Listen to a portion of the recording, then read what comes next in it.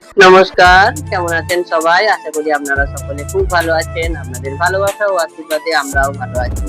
আপনাদের সকলকে good morning. এখন জলখাবার খাওয়ার সময়। জলখাবার খাবো। জলখাবার বানাচ্ছিলাম। আজকে জলখাবারে বানালাম ঘুগনি আর রুটি পরোটা দুরকম মিশিয়েই বানিয়েছি। আপনাদের দাদা বাড়িতে আছে, ওকেও দিয়ে দেবো জলখাবার খেতে, ওর জন্যই পরোটা বানিয়েছি।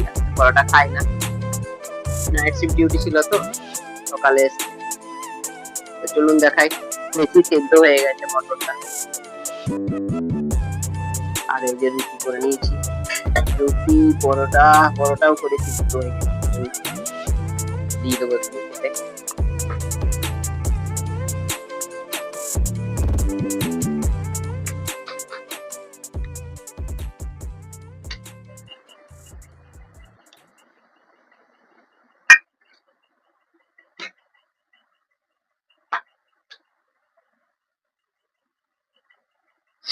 এখন এখন এই ভাত বসিয়ে দিয়েছি, আর ভাতের ভেতরে একটা কৌটোতে ডাল দিয়ে দিয়েছি সেদ্ধ হয়ে যাওয়ার জন্য। ভাত হয়ে গেল, ডালটাও সেদ্ধ হয়ে গেল। আর করবো এই যে বরবটি আলু ভাজা, কেটে ধুয়ে রাখলাম। এখন আর সেরকম কোনো সবজি নেই বাড়িতে, আজকে তো হাট এখানে, আমাদের দাদা গেছে হাটে। দেখি কি কি সবজি নিয়ে আসে, যদি কিছু করা যায় করব, আর না হলে আজকে ডাল ভাত আর এই বরবটি আলু ভাজা। আর এই যে খসলা ভিজিয়ে রেখেছি, খসলাটা পেঁয়াজ লঙ্কা দিয়ে বাটবো, বেটে একটুখানি তেলে ভেজে নিলেই খুব সুন্দর ভাত খাওয়া যাবে।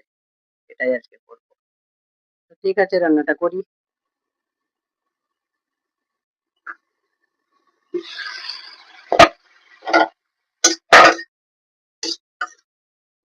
এই বরবটি ভাজাটা চাপিয়ে দিলাম, হোক আস্তে আস্তে।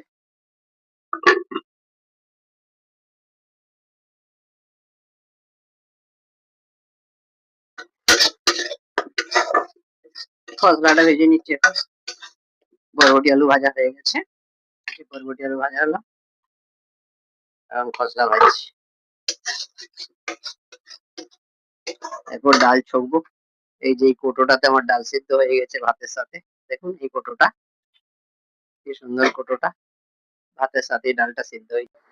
দুপুরে রান্না বান্না কমপ্লিট, খাওয়া দাওয়া করি এখন। তার আগে আপনাদেরকে দেখাই কি কি বানিয়েছি। বেশি কিছু আজ বানাইনি, আজ শনিবার, নিরামিষ। চলুন।